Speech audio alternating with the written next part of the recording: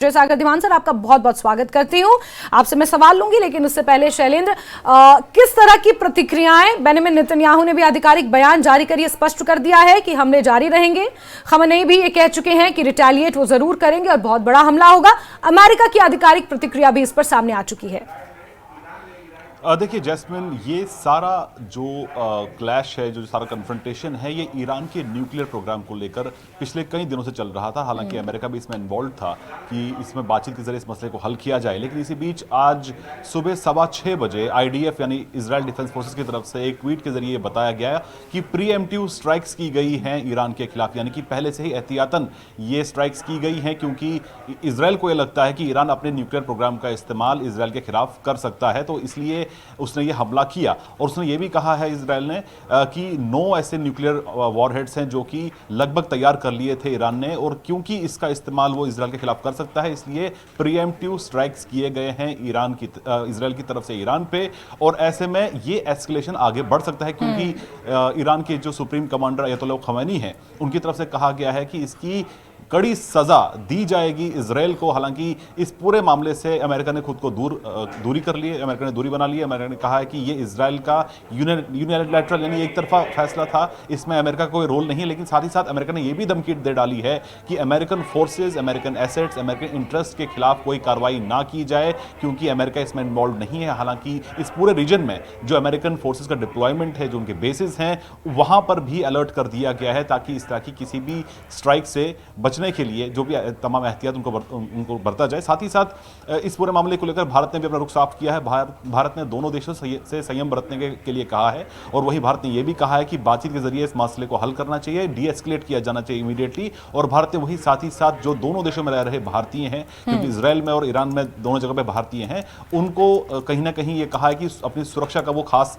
ध्यान रखें, क्योंकि ये पूरा जो एस्केलेशन है वो बढ़ सकता है। फिलहाल जो ताज़ा अपडेट्स आ रही हैं ईरान की तरफ से कि ईरान के जो कुछ ड्रोन्स हैं उनको सीरिया के ऊपर देखा गया है, जो कि आने वाले वक्त में इजराइल पर हमला कर सकते हैं। हालांकि ये साफ कर दिया गया था ईरान की तरफ से कि वो चुप नहीं बैठेगी, कि जो हमला इजराइल ने किया है उसमें बहुत से सिविलियंस भी मारे गए हैं, इस तरह का दावा ईरान कर रहा है। तो इसकी जवाबी कार्रवाई में ईरान अब क्या करता है और किस हद तक ईरान की कार्रवाई होती है, ये देखने वाली बात होगी। हालांकि ईरान के साथ में सऊदी जैसे मुल्क जो है उन्होंने सहानुभूति दिखाई है, लेकिन अब ईरान का मिलिट्री रिस्पॉन्स कैसा होगा इस पर देखने वाली बात होगी। हालांकि इजराइल ने साफ कर दिया कि वो अपने ऑपरेशन को फिलहाल, जिसको नाम कोड नेम राइजिंग लॉयन रखा गया है, वो अपने ऑपरेशन को जारी रखेगा। तो लेबनान में हिजबुल्लाह है, यमन में हूथी है, और फिर सीरिया इराक में ईरान समर्थित मिलिशिया है। इसके साथ पूरे क्षेत्र में युद्ध की आशंका और बढ़ जाती है, तनाव की स्थिति और उत्पन्न हो जाती है।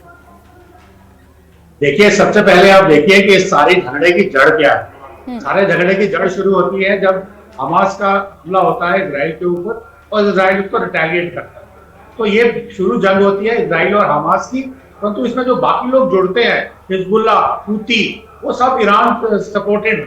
तो ईरान वैसे भी आइडियोलॉजिकली इजराइल के अगेंस्ट है शुरू से ही, और उनकी हमेशा कोशिश रही है कि यहूदियों को दबाया जाए और यहाँ पे पैलेस्टीनियन को उनका हक दिलाया जाए। तो इस किस्म की संख्या चल रही थी, और ये सारी कंपाउंड होती है अमेरिका की एंट्री के साथ। तो अभी इजराइलियों ने एक वाव ली हुई है कि हमने ईरानियंस को न्यूक्लियर बॉम्ब नहीं लेने देने, क्योंकि Israelis are declared nuclear state, Iranians are not. पर उनका जो न्यूक्लियर प्रोग्राम चल रहा था वो एक बड़े ही घातक तरीके से चल रहा था। तो ईरानी हर बार कहते थे ईरानियंस कि हमारा जो प्रोग्राम है वो पीसफुल पर्पसेस के लिए है। पीसफुल पर्पसेस में आपको 3.27% एनरिचमेंट की इजाजत है, पर ईरान ने ऑलरेडी 60% से भी ज्यादा कर ली थी, और न्यूक्लियर बॉम्ब के लिए हमको 89% चाहिए। तो ये जो मोसाद है, इजराइल की सुरक्षा इंटेलिजेंस एजेंसी है, उनकी रिपोर्ट के हिसाब से वो न्यूक्लियर बॉम्ब बनाने के बहुत करीब आ गए हैं। शायद कुछ उन्होंने बॉम्ब बना भी लिए हैं, और उन्होंने इसलिए प्रीएम्प्टिव स्ट्राइक की उनके ऊपर।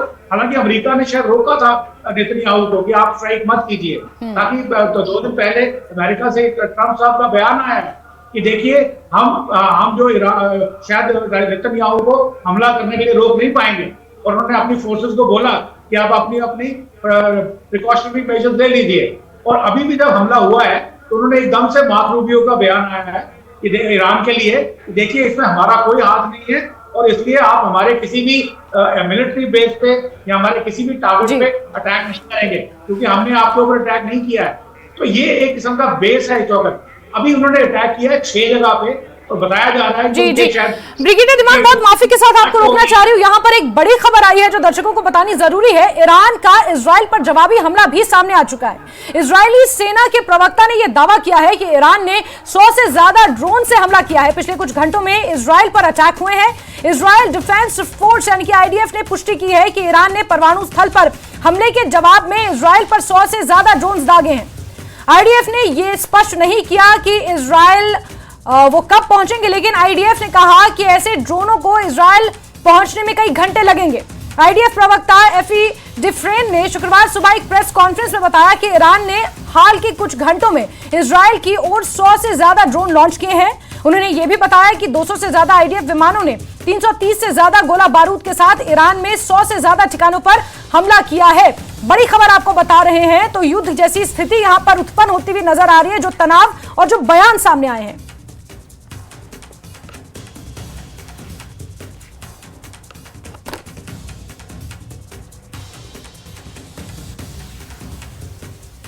נמצא בכוננות גבוהה ומגבש תמונת מצב כל העת.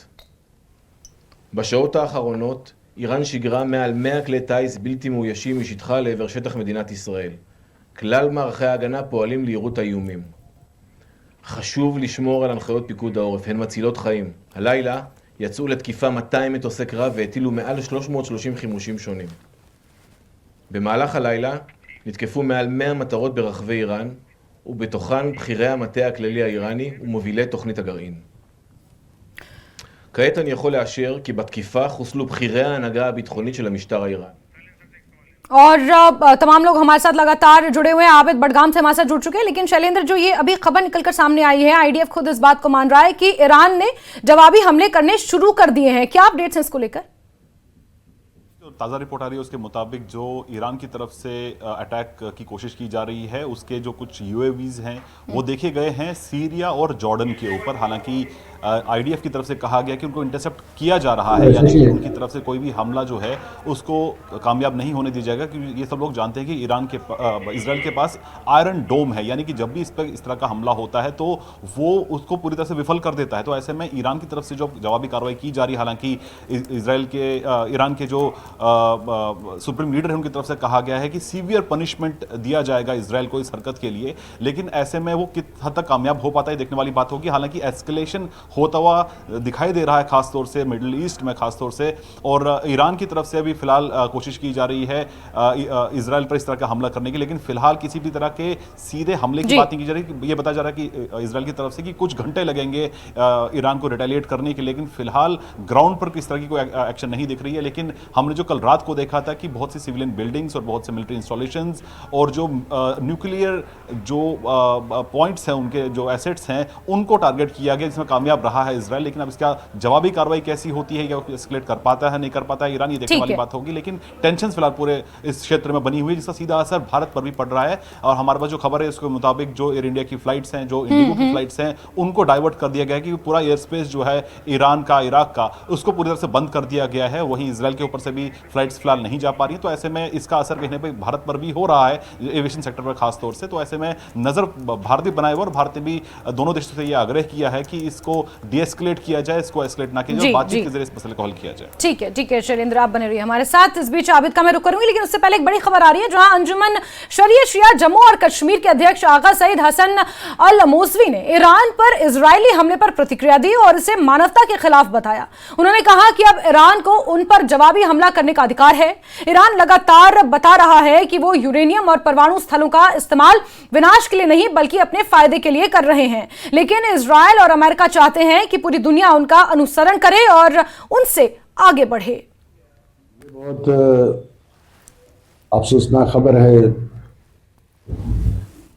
जिस तरह उसने गजा में नस्ल कुशी, कत्ल गारत जारी रखा है। रात के अंधेरे में ईरान में उसी का इरादा किया है।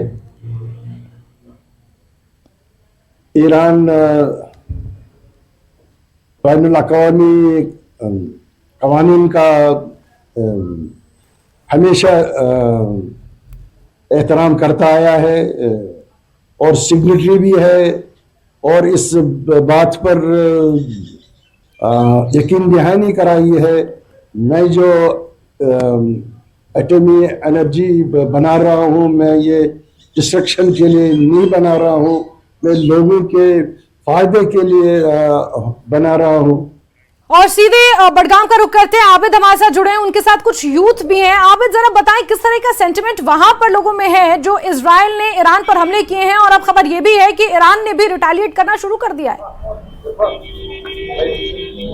बिल्कुल जैस्मिन, क्योंकि मेरे साथ कुछ जवान है। बडगाम चूंकि आपको पता है डिस्टिलरी जो एरिया है ये पर्टिकुलरली ईरान को सपोर्ट कर रहा है। यहाँ पर लगातार हमने देखे हैं इस्राइल और ईरान के हक में यहाँ पर प्रोटेस्ट हुए इस्राइल के खिलाफ। ब्रिगेडियर धीमान एक बार हमारे साथ आ चुके हैं। ब्रिगेडियर धीमान, मेरा सवाल आपसे ये था कि क्या अमेरिका भी अब चपेट में आएगा, क्योंकि अभी बहुत जल्द मीटिंग भी होने वाली थी ईरान और अमेरिका की परमाणु मसले को लेकर।